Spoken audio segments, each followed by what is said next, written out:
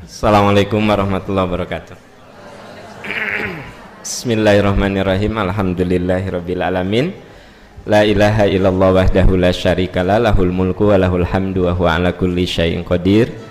Asyhadu an la ilaha illallah wa asyhadu anna Muhammadan abduhu wa rasuluh. Sahabat-sahabat sekalian, saya lihat di luar tadi sudah ada tanda-tanda menghujan. Jadi nanti biar yang di luar bisa masuk agak merapat aja ya gitu. Mau ayeuna merapatna boleh, mau breg boleh gitu. Biasanya kalau sudah posisi enak tuh nggak mau gerak gitu. Gerak juga cuma iya we tambah kieu we. Nggak bergerak, cuma gini aja. Gitu. Ame katingali menghargai saya jika makin. Lalin pindah kan. Oke Kang Asep. Ya. Saya tuh saking banyak ya, jadi nggak hafal semuanya gitu. Tapi kalau di beberapa kali saya hafal, karena di memori saya nama-namanya ya nama-nama yang ini ada Ayah Dian Sastro, ada Luna Maya, Asanti, ya. Bunga Citra Lestari. Gitu. Oke, lanjut. Untuk pertanyaan pertama, Ustadz, saya sedih sekali setiap saya ingin pergi ke MPI, suami saya selalu tidak mengizinkan. Bahkan suami selalu bilang, ngapain jauh-jauh pergi ke MPI? Yang penting itu pelaksanaannya. Saya takut kamu kedepannya jadi gabungan pada aliran sesat. Yeah. Beli aja buku-buku tentang agama, lalu kamu baca dan laksanakan dengan baik, selesai. Tapi saya selalu menentangnya. Saya jarang menghiraukan dan selalu pergi saja ke MPI. Ustadz, apa yang sebaiknya saya lakukan? Sudah benarkah tindakan saya? Mohon disolusinya. Oke. Ada benarnya, ada salahnya. Suami Anda bicara begitu mungkin dia belum mengerti. Jadi boleh jadi orang itu menistakan karena belum mengerti. Boleh jadi. Nah, dia bilang apa tadi? Bisi masuk aliran sesat gitu ya. Nah, justru yang ngomong itu yang sesat.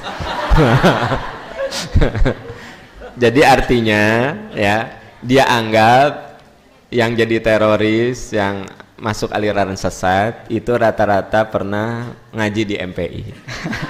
Dia pikir begitu. Nah, ya. Jadi menurut saya karena dia belum paham. Jadi kadang-kadang kita harus wise, harus bijak, harus arif ketika orang itu menuduh kita. Sebenarnya resiko dalam dakwah itu salah satunya kita diberi tuduhan yang nista. Baca di Quran, semua nabi itu pernah dituduh aneh-aneh. Nabi Musa ketika berhadapan dengan Fir'aun mengatakan gini, Musa, kamu tuh pengen jadi raja? Jadi dituduh kan seolah-olah Nabi Musa haus kekuasaan, ya. Kamu tuh pengen jadi raja, gitu. Nabi-nabi yang lain sudah dihinakan lah, ada yang dianggap penipu, pendusta, tukang sihir. Bahkan Nabi Muhammad itu dianggap orang gila, gitu. Jadi resiko kita dalam menyampaikan kebenaran biasanya kita akan diberi cap.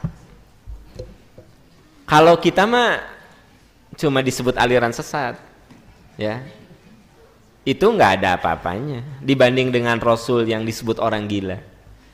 Makanya kalau ada yang nuduh ke saya aneh-aneh, nggak masalah, karena saya tahu itu sunnah para utusan begitu, ya.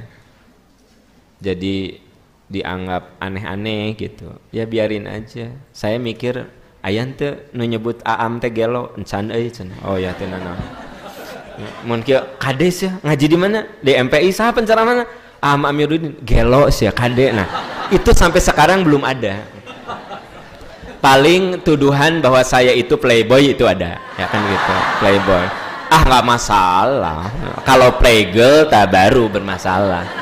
Playboy namanya nggak masalah. Dibanding dengan disebut orang gila, hati-hati loh am teh playboy cenah gitu. Ya biarin aja. Ya. Emang kenapa? Ya, bangga malah playboy. Playboy bae jadi ustad kumaha henteu.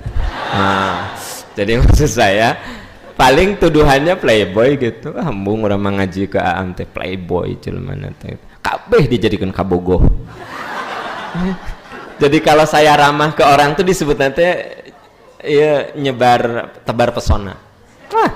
Aam so ka ibu-ibu mah tepe-tepe kabeh ditebari pesona dijadikan kabogoh. Naon? Umanya kita ramah dijadikan kabogoh gitu. Jadi maksud saya cuma disebut gitu mah saya enggak sugan sakit hati apa enggak gitu. Kenapa? Karena semua nabi itu dituduh. Gitu. Anda datang ke sini, jangan Anda kira dipuji orang. Aya nu seneng, aya juga nu ngaon ngaji. Nu penting mah pengamalan, kade sesat. Nah, mirip suami Anda itu. Nah, ya. Bari dia teh ngamalkeun tara manehna teh, ya. Ngaji tara, dia nu sesat sebenarnya.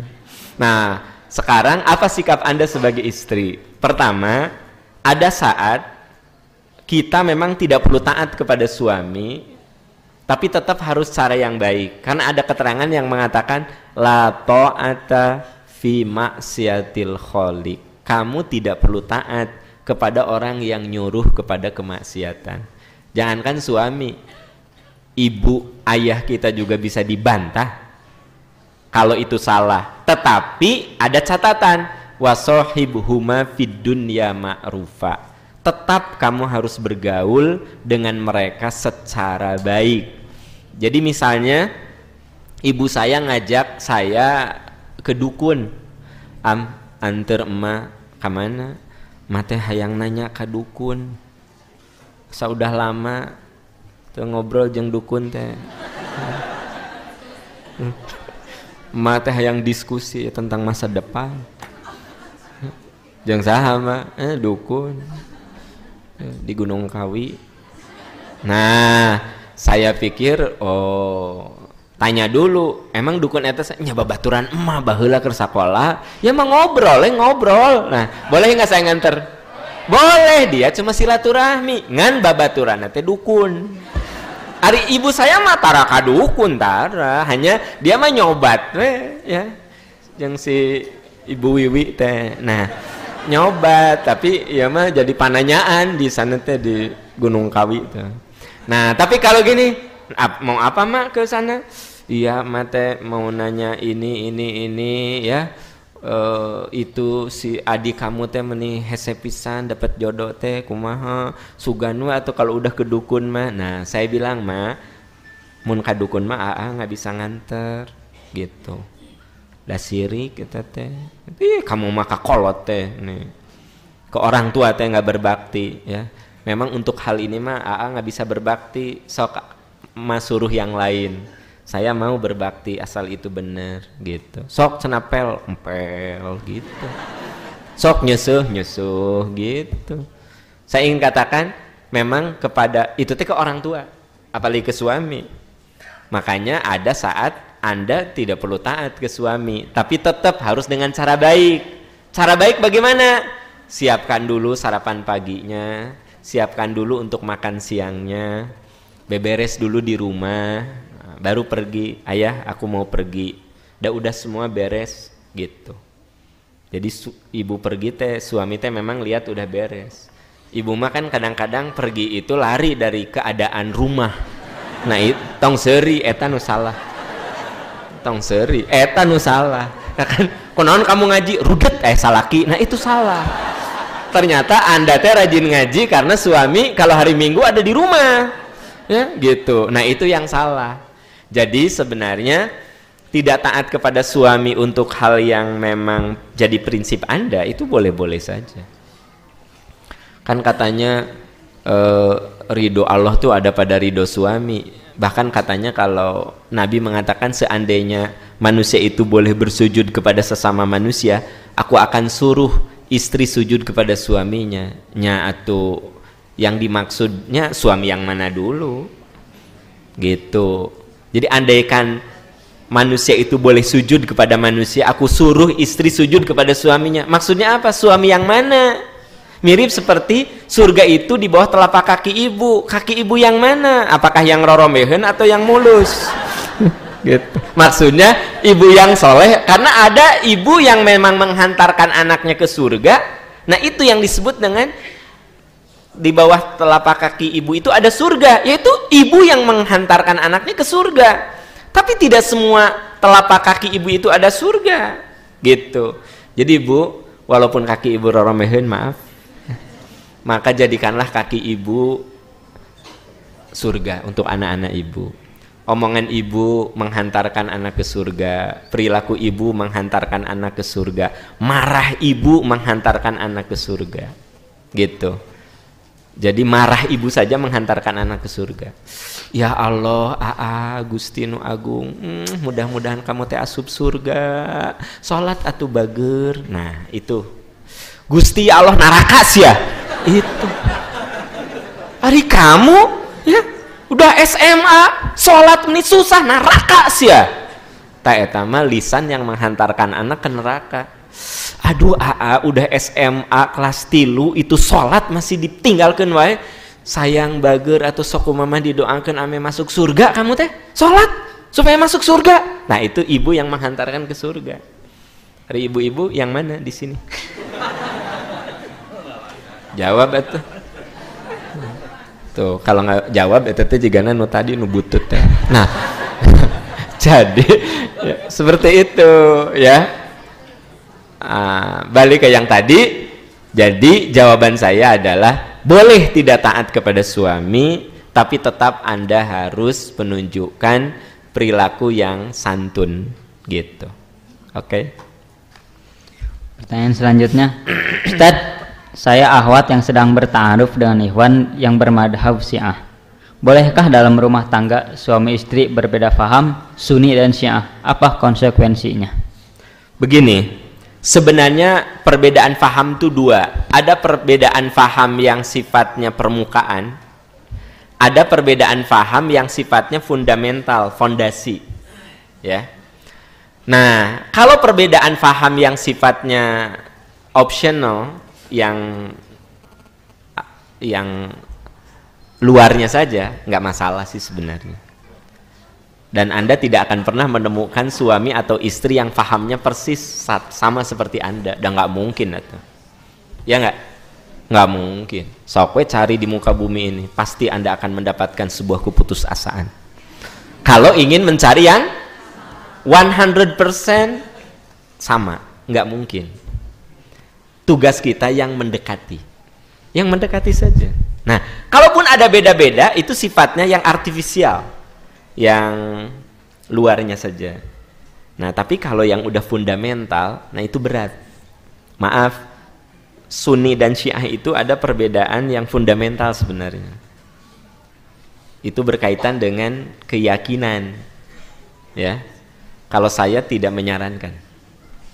Karena nanti Anda lelah. Suami Anda lelah, Anda pun lelah. Tapi kalau perbedaannya hanya perbedaan organisasi, ya. Anda anak ketua Persis, sementara calon suami Anda anak ketua NU pesantren di Cimareme. Sementara Anda kan di Soreang, ya, ketua cabang Persis orang tua Anda. Calon suami Anda ketua NU Cimareme. Itu mah artifisial. Itu mah nggak masalah menurut saya. Masih bisa in between lah, di antara itu bisa pertemukan. Tapi kalau udah Sunni Syiah, nah ini berat. Karena berkaitan dengan masalah ideologi. Nah, kalau bicara tentang ideologi, saya tidak mungkin membahas di sini dalam waktu yang singkat. Karena pada awalnya Sunni dan Syiah itu hanya perbedaan pandangan politik dan kebijakan. Awalnya. Tapi itu seperti rel yang tadinya kecil, rel kereta itu kan ketika terpisah kecil kan, tapi kemudian jadi melebar, yang satu ke Cirebon, yang satu ke Jakarta, padahal relnya boleh jadi kecil gitu. Nah, dulu Sunni dan Syiah itu hanya pandangan politis. Ada sekelompok kecil, Syiah itu kan kelompok kecil yang memisahkan diri, yang berpandangan setelah Rasulullah wafat, yang paling berhak jadi khalifah itu adalah Ali. Karena Ali adalah mantu sekaligus anak paman itu apa namanya? Keponakannya. Jadi kata mereka yang sekelompok kecil itu, yang paling berhak jadi khalifah Ali. Dan Ali itu dikatakan oleh Rasul sebagai babul ilmi, pintunya ilmu. Jadi Ali itu mantu Rasul, sekaligus keponakan Rasul, sekaligus orang yang berilmu. Walaupun secara eksplisit Rasul mengatakan, mengisyaratkan kepada para sahabat bahwa setelah beliau wafat itu yang harus menggantikan adalah Abu Bakar. Buktinya apa? Ketika Rasulullah sakit, yang menggantikan beliau untuk jadi imam sholat menyuruh kepada Abu Bakar. Terus semua orang tahu kalau Abu Bakar itu tanda petik sahabat sekaligus penasehat Rasul, dalam arti untuk kebijakan-kebijakan yang sifatnya duniawi. Dan Rasul dengan Abu Bakar itu kan sudah bersahabat sejak anak-anak gitu. Dan memang Rasul mengisyaratkan setelah beliau itu adalah Abu Bakar. Nah, itu diketahui oleh banyak orang. Itu aja sih awalnya. Tapi kemudian pandangan politis ini berkembang menjadi sebuah perbedaan ideologis. Bahkan kalau Anda baca, ada kalangan Syiah yang namanya Syiah Ghalat. Syiah Ghalat itu Syiah yang oleh orang Syiah sendiri dianggap sudah berlebih-lebihan. Mereka mengatakan malaikat Jibril itu salah ngirim wahyu, kudu nama ke Ali. Kalau kakak Rasulullah kepada Muhammad harus sama ke Ali. Nah, oleh orang Syiah sendiri itu disebut dengan ghalat. Itu yang salah, yang menyimpang begitu. Nah, persoalannya sekarang bahwa perbedaan Sunni dan Syiah sudah bukan perbedaan politis, tapi sudah masuk ke perbedaan ideologis. Nah, saya tidak menyarankan kalau Anda bertanya calon suami Anda adalah Syiah sementara Anda Sunni, saya khawatir perbedaannya terlalu besar, fundamental begitu, ya.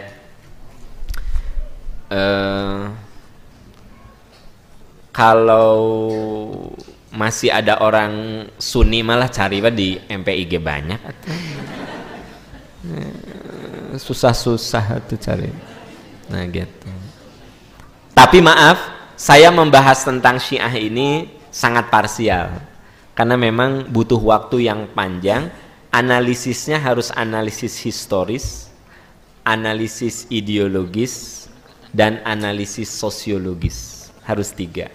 Historical approach, ya, ideologicalnya, dan sosiologisnya. Itu 3. Yang saya bahas itu cuma permukaannya saja, bukan pembahasan itu mah, introduction juga bukan, ya.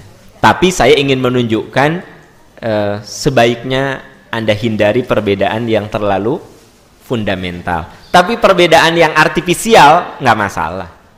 Yang satu rajin ngaji nete di DT, yang satu di MPI, tenanaun, selera aja. Selera Darut Tauhid, selera percikan iman. Yang satu mengaji nete di Salman aja, yang satu mengaji nete di Istiqomah aja, nggak masalah, itu artifisial itu, ya. Hanya metode saja, karena setiap orang kan punya metode yang beda-beda, gitu. Seperti itulah. Dan tolong diingat, rekan-rekan yang belum mendapatkan jodoh, jangan mencari jodoh yang sama persis dengan selera Anda. Anda tidak akan pernah menemukannya.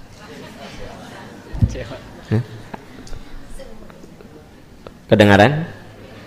Anda tidak akan pernah menemukan yang sama persis. Kalau Anda berjuang, saya katakan Anda tidak akan pernah menemukannya. Karena manusia itu diciptakan oleh Allah unik. Unik itu setiap orang jadi dirinya sendiri. Makanya dalam Islam, kemarin saya katakan adil terhadap keluarga. Kita tidak boleh memperlakukan anak kita dengan menyamaratakan, karena sesungguhnya kalau kita punya 3 anak, 3-tiganya beda. Ibu bapaknya itu, cara ngasih makannya itu, semua makan tahu, semua makan tempe, semua makan lodeh, ya. Tapi beda. Soke, bener nggak Bu? Iya. Saya punya 3 anak. Perasaan kalau saya makan tahu, mereka makan tahu. Makan tempe. Dah itu cara ngomongnya beda. Cara menghabiskan uang beda. Nah hiji mah dikasih berapapun habis. Nah hiji mah gawe teh nabung gitu. Nah hiji mah tara minta uang. Tapi sekalinya minta, gede banget. Jadi maksud saya dari cara dia jajan beda tuh. Padahal seingat saya mendidiknya dengan cara yang sama. Ya. Tapi ternyata imbasnya itu beda. Yang satu dikasih per bulan segini, ya, kaget. Oh kamu ada sisa? Iya, aku nabung. Yang satu lagi mah, Pak, ku udah habis. Ya Allah, iya tanggal genep udah habis. Iya habis dah, atudah. Atudah itu aku teh atudah gitu. Sama adik kakak tuh dikasih uang, tapi ternyata beda. Harus yang satu begini, yang saya pikir oh iya benar, anak itu harus diperlakukan secara unik. Sayang dengar Anda yang sedang mencari jodoh, jangan berharap calon istri Anda, calon suami Anda harus persis seperti yang ada di kepala Anda. Kan ada mindset. Cukup Anda mengatakan mendekati apa yang ada di pikiran saya. Mendekati. Cukup dengan kata mendekati. Dengan kata-kata itu Anda harus membuka diri untuk adaptasi. Jadi adaptasi nanti. Jadi kalau suami istri yang tidak mau beradaptasi satu sama lain, memang akan mengalami kegagalan. Atau salah satunya menderita. Karena egoisme salah satunya. Jadi kalau misalnya saya pokoknya nggak mau tahu istri saya harus seperti saya maunya, pasti istri saya menderita. Atau sebaliknya, pokoknya nggak mau tahu kata istri saya, kamu harus seperti selera saya nu menderita. Yang enak apa? Berbagi. Ada bagian saya ngalah untuk dia, ada saat dimana dia mengalah untuk saya. Itulah yang namanya menghadapi manusia. Nah, Anda bisa bayangkan yang basically secara basicnya itu sama, masih butuh gimana kalau si fondasinya itu beda banget. Dahsyat banget. Makanya dalam Islam menikah itu usahakan harus yang sekufu. Sekufu itu selevel. Bukan berarti kita ini mau pilih-pilih, selevel. Misalnya maaf, kalau Anda pendidikannya tinggi banget, cari istri yang relatif rada-rada deket gitu. Anda sebagai perempuan tinggi sekali pendidikannya sampai doktor, nikah dengan lulusan STM. Dengar dulu tong seserian gitu, biasa aja. STM nanti sok garlut ya geningan. Wah, kata bawa peso naon kan gitu. Hari Anda doktor dengan lulus yudisium cum laude, boleh nggak nikah? Sah. Tapi adaptasinya kudu lama, ya, karena Anda sebagai seorang intelektual biasa di kampus bicara dengan mahasiswa S3 yang logika ilmiahnya luar biasa, tiba-tiba bertemu dengan suami yang berpikirnya sangat sederhana gitu. Dikit-dikit ku aing sih ya, nah gitu, aing dikadek gitu.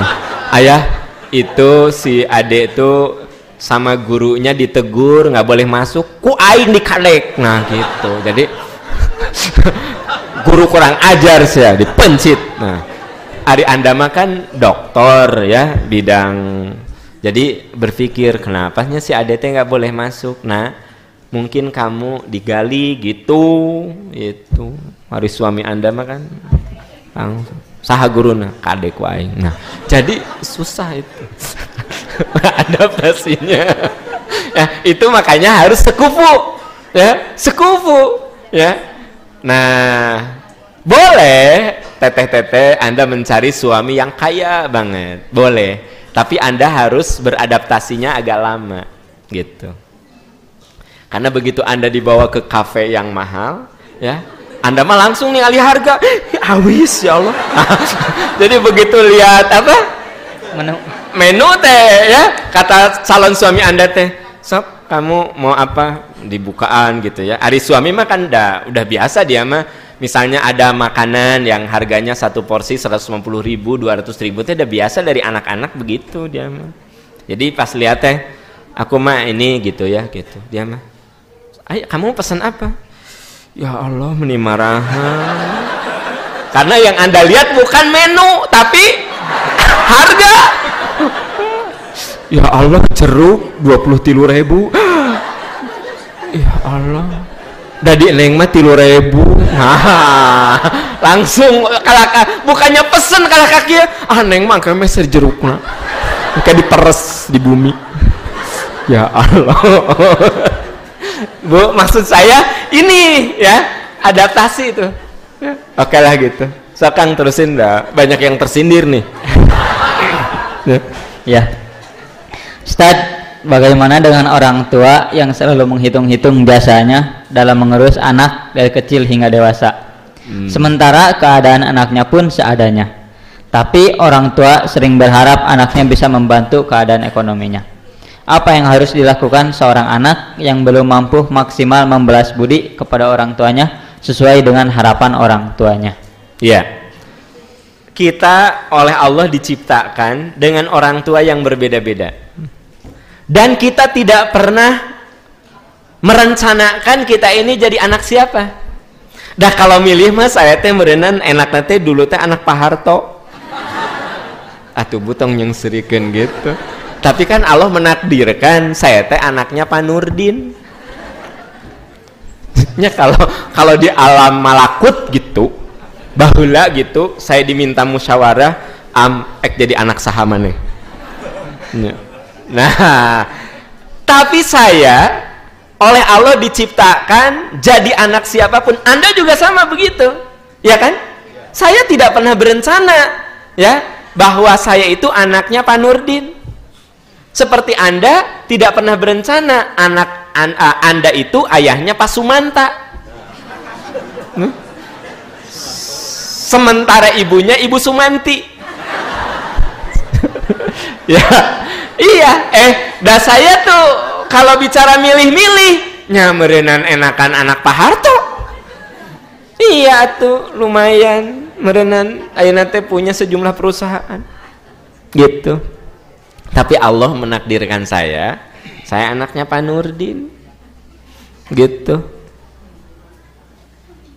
Jadi sayang, tak ada seorang pun yang bisa merencanakan dia jadi anak siapa. Oleh karena itu, pertama, terimalah orang tua kita apa adanya dulu. Karena kita tidak pernah berencana untuk jadi anak siapapun, gitu.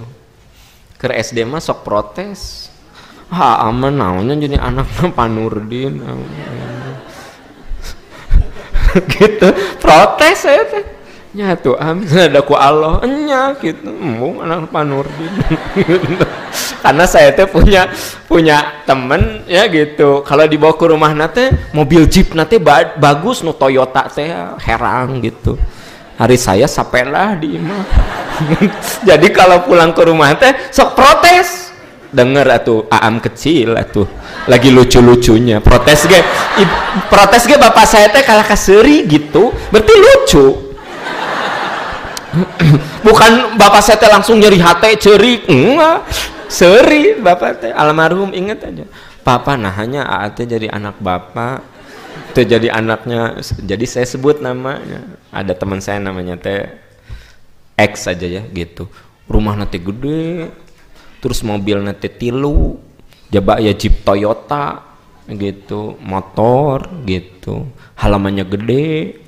Hari saya di rumah teh sepeda gitu, jadi sok protes. Nah hanya aku teh jadi anaknya bapak gitu, seri ya bapak teh gitu. Tapi ayeuna mah alhamdulillah sih jadi anak Pak Nurdin bener ya. Alhamdulillah. Kan pantesan bapak saya cuma tertawa aja, tersenyum gitu ya. Jadi yang ingin saya katakan di sini, sayang ibu bapak rekan-rekan, terimalah orang tua kita apa adanya dulu. Itu sebenarnya intinya saya mau ngomong itu, karena tak ada seorang pun yang diberi pilihan untuk menjadi anak siapa, ya nggak ada, gitu. Nah, dengan cara begitu kita bisa lebih menerima kekurangan orang tua kita. Nah, orang tua ada yang suka ngomong-ngomong tentang jasanya. Yo, mamah teh waktu ngalahirkeun kamu teh sakarat. Sakarat mamah teh. Ya waktu mama ngegedein kamu teh mama teh pinjem duit ke sana ke sini. Waktunya kolahin kamu teh gini. Jadi memang ada orang tua yang suka bercerita tentang jasanya. Ya udah terima aja, mungkin itu karena latar belakang pendidikannya yang tidak memadai. Mungkin karena latar belakang pergaulannya yang tidak memadai. Anda harus mengatakan karunyanya si bapak, si emak meni suka ngomongin kebaikannya, kasihan. Ya, dia itu mungkin karena pendidikannya rendah. Gitu atuh Anda teh. Cobalah berpikir tuh dari sisi positif. Ada orang cemberut, meureunan nuju sakit gigi, itu kan positif. Cemberut, aing ge bisa cemberut. Sok pak kuat saja jeung aing. Gitu. Berarti kita ini kalau orang lain cemberut kita balas cemberut. Jangan, orang lain cemberut. Oh, jika nama dia teh lagi ada masalah sama suaminya, atau jika nama sakit gigi, udah. Sekarang ada orang tua yang suka ngomongin kebaikan dia. Ya memang 1-2 ada yang begitu. Mama capek ngurus kamu teh. Capek. Padahal baheula teh kamu teh gering mun maot mah meureun cocok meureunan mamah teh plong gitu. Ya, darudet atuh ngurus kamu teh. Cerita jasa-jasanya. Anda sebagai anak harus mengatakan kasihan ya si mama, si emak, si bapak gitu. Mungkin karena ilmunya masih tidak memadai, ilmunya masih kurang. Jadi Anda yang harus mengerti gitu. Nah, kalau sudah begitu mah tambahnya bukan gini. Sebel dah aku mah sama orang tuaku ya, sebel banget. Hitungan dia masuk. Keur dia hamil diceritakan penderitaan. Keur ngurus aku diceritakan penderitaan. Ya, sekarang diceritakan penderitaan. Geuleuh aku mah. Aneh orang tua aku mau begitu dah. Itu cara berpikir yang keliru. Anda capek karena walau bagaimanapun dia yang telah melahirkan Anda. Lebih baik Anda katakan, aduh kasihannya si emaknya, mending ngomongkan kebaikan wae. Mudah-mudahan ya Allah didoakan ku Anda teh jadi nyaah gitu, kasihan ya. Jadi kitanya tambah sayang untuk melindungi, itu tujuannya. Nah itu aja saran saya, dah mau diapain lagi atuh dah. Ya. Nah, adapun Anda belum mampu melakukan kebaikan-kebaikan kepada dia, ya, yang penting Anda menunjukkan kesungguhan dan Anda selalu mengatakan, "Ma atau Mama, AA minta maaf, AA belum bisa memberi apapun, melakukan apapun untuk Mama. AA minta maaf." Gitu. Banyak minta maaf lah, gitu. Daripada memberontak. Ya. Bapak-bapak kalau sering diomelin oleh istri, ya, daripada memberontak capek, ya mah nanti ayah berubah gitu aja. Keun we terubah ge pokoknya mah. Ya kan minimal istri teh cicing, tah gitu insafnya. Cicing beres. Daripada berantem buah gitu. Iyalah mama. Ari ayah atuh ayah teh gini. Iya mah, minta maaf lah ayah salah, kayak robah. Tah gitu. Beres. Anger ya besok gitu deh. Nah. Jadi bukan dah, hidup mah harus ada seninya sih. Iya harus ada seni. Anda kira hidup harus selalu diselesaikan dengan logika? Tidak. Ada yang harus diselesaikan dengan seni. Yang tadi kan seni. Si ayah mau mamah ngambek nya gitu doi gitu. Sok tiap hari gitu mah udah capeun mana gitu. Bener tuh. Ya bosen gitu. Akhirnya mah cicing. Bah, si suaminya teh nantang, kunaon mah cicing geus capek. Oh, capek. Atos ya, atuh capek. Gitu selesai. Gitu. Itu berarti penyelesaiannya dengan apa? Seni itu, ya. Jadi ada yang harus diselesaikan dengan logika hidup tuh, ada yang harus diselesaikan dengan kerja keras, ada yang harus diselesaikan dengan seni gitu. Nah, kalau suami istri menurut saya ada hal yang memang perlu diselesaikan dengan seni. Ya gitu. Ayah teh ini sibuk-sibuk teuing atuh ini pergi jam 5 pulang jam 10 jam 5. Iya, minta maaf ayah lagi sibuk. Kamu nggak sibuk mah mungkin nggak gini gitu. Selesai. Ayah teh pergi jam 5. Ari mamah mikir atuh kan ayah teh sedang berkarir, capek. Moal asup moal. Nggak akan masuk. Kalau orang lagi emosi, nggak usah diberi penjelasan, ngabisin waktu, bilang aja, iya, terima kasih, ayah minta maaf, ayah salah, selesai, langsung nadanya turun. Tapi kalau anda ngotot gitu, naik terus, naik gitu. Naon caricing gitu bapak-bapak. Nah, kieu cenah, oh gitu. Nah, saya tahu. Cek ibu-ibu teh. Si Pak Am jeung muka rahasia. Nah, saya tahu. Jadi dua kelompok yang memang dua-duanya merasa apa ya, merasa dibukakan ininya ya, rahasia-rahasia hidupnya. Ya Kang, satu lagi. Di daerah saya akhir-akhir ini banyak warga yang kehilangan uang. Yang apa? Kehilangan uang. Oh, kehilangan uang. Di daerah saya, akhir-akhir ini banyak warga yang kehilangan uang. Menurut berita yang beredar di daerah kami, ada yang punya tuyul.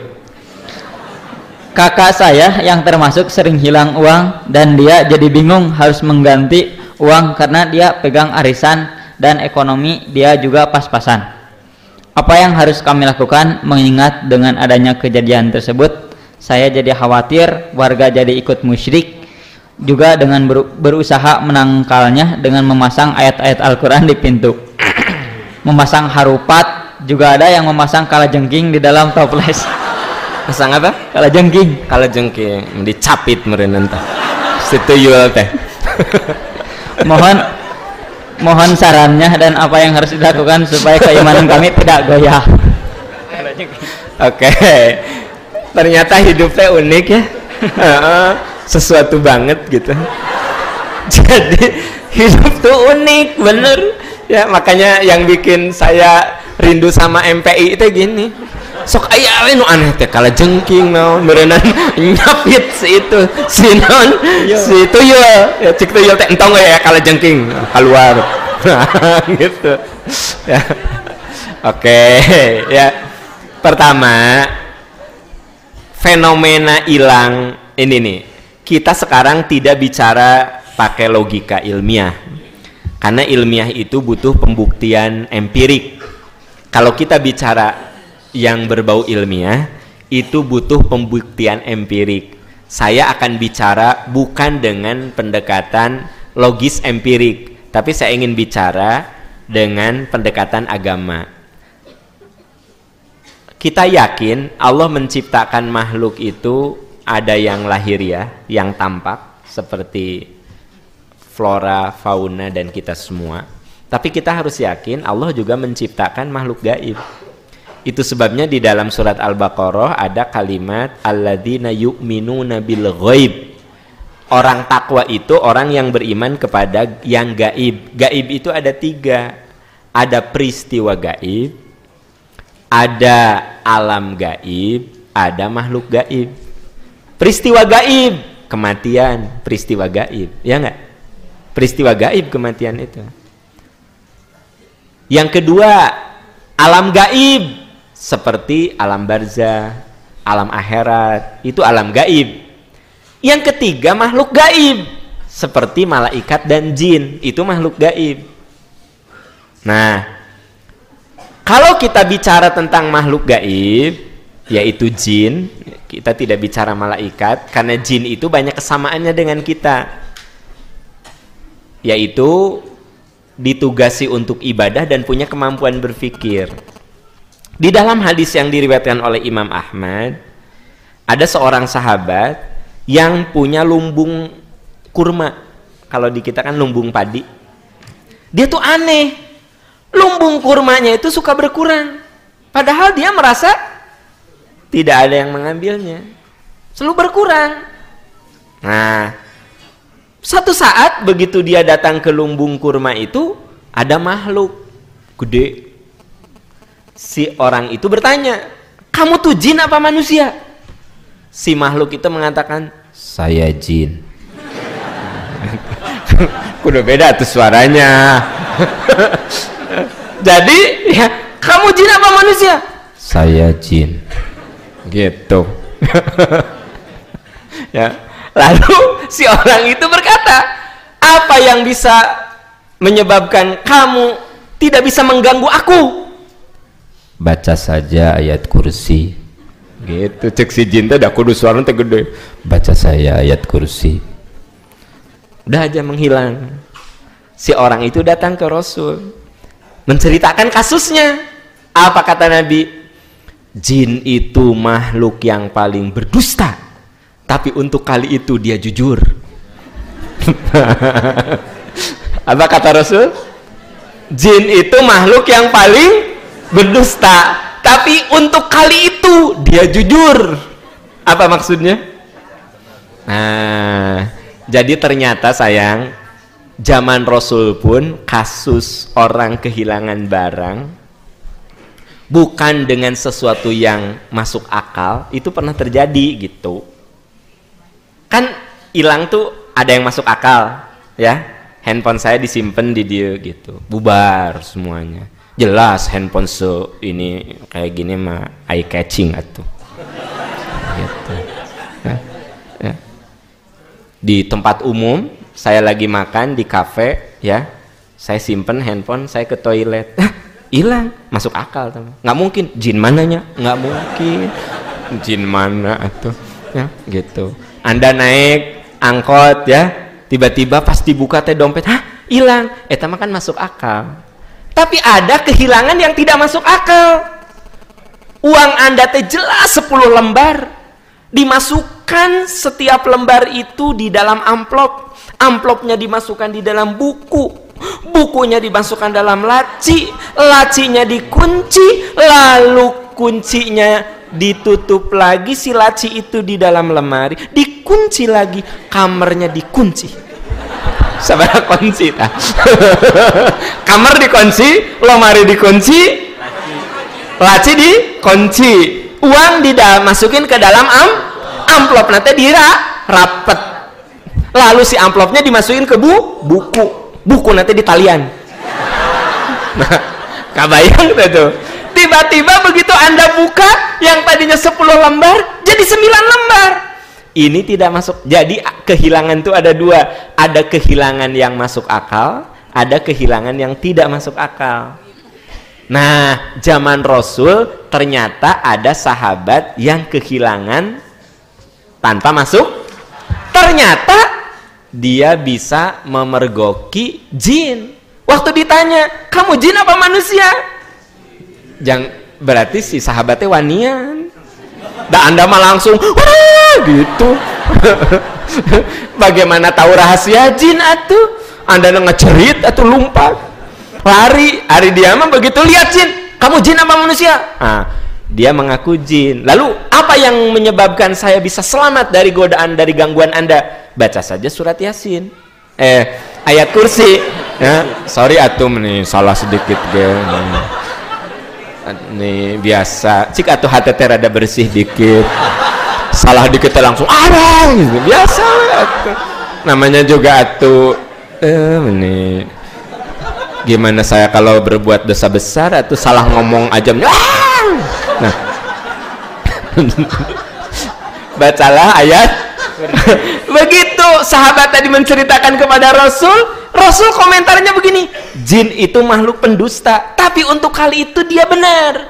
Itulah yang jadi alasan kita dianjurkan baca ayat kursi kalau merasa diganggu jin. Nah, itu ceritanya ada di buku yang ditulis oleh saudara Am Amiruddin. Judul bukunya Menelanjangi Strategi Jin. Matak apal detail gak saya baca di buku yang ditulis oleh saudara Am Amiruddin itu. Lumayan, buku itu lumayan, gampang dicerna lah gitu ya. Nah gitu, saya jadi mengerti dunia perjinan gitu. Padahal saya kan orangnya logis banget, tapi begitu baca karyanya saudara Am Amiruddin tuh ya alhamdulillah. Coba Anda juga baca ya. Nah jadi dari sini jelas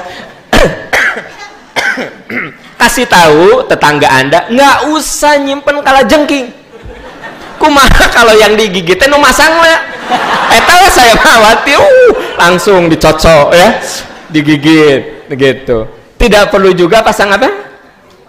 Tadi harupat.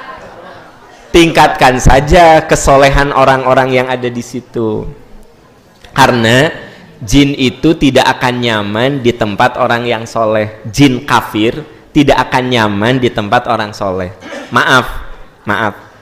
Kalau Anda nyaman enggak berada di tempat orang yang nu ieu mabok, sebelah kiri mabok, sebelah kanannya lagi nyekek botol, sebelah kirinya lagi